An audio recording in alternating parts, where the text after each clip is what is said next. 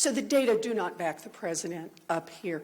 Another claim, this from President Trump's economic advisor, Gary Cohn, is that banks have been forced to hoard capital and, quote, have been forced to literally build capital and build capital instead of lending capital to their clients.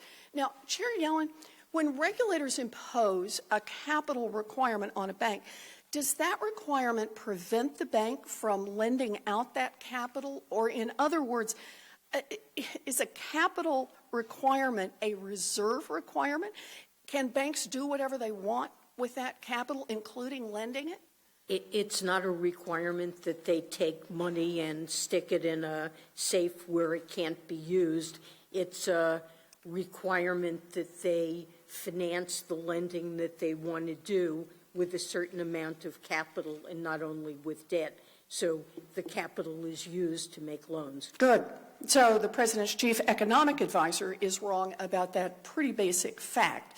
Let's look at another statement by Mr. Cohn. He said, "We have the best, most highly capitalized banks in the world, and we should use that to our competitive advantage.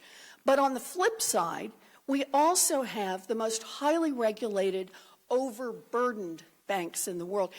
That sounds an awful lot like a contradiction to me. Either our banks have a competitive advantage because the world knows that we carefully regulate our banks, or our banks have a competitive disadvantage because of those requirements.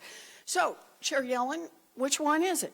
How have our banks done in comparison to their foreign competitors since we put our new rules in place? So I don't have all the numbers at my fingertips, but I believe that our banks are more profitable.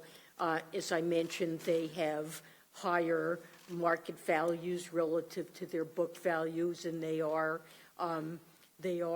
capturing market share, for example, from European banks. So I guess I see well-capitalized banks that are regarded as safe, sound, and strong as conferring a competitive advantage on those banks in competing for business. A competitive advantage, taking away clients from other banks. In fact, our banks have thrived since we passed Dodd-Frank. Both big banks and community banks are making literally record profits.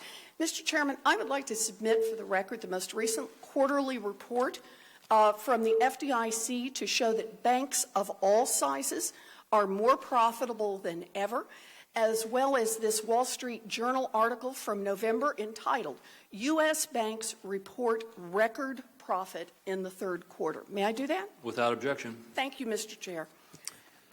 Thank you. Look, on any issue, but especially on something as important as the rules in place to stop another financial crisis, we need to start with facts, real facts, not those alternative facts that the administration has become known for. And the facts show that Donald Trump is wrong and his chief economic advisor is wrong about every major reason that they've given to tear up Dodd-Frank.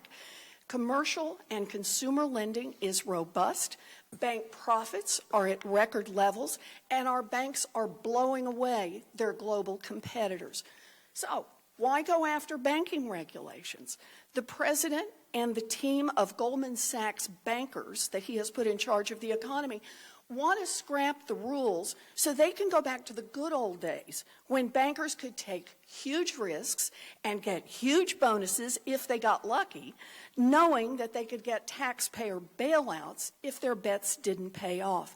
We did this kind of regulation before, and it resulted in the worst financial crisis since the Great Depression. We cannot afford to go down this road again.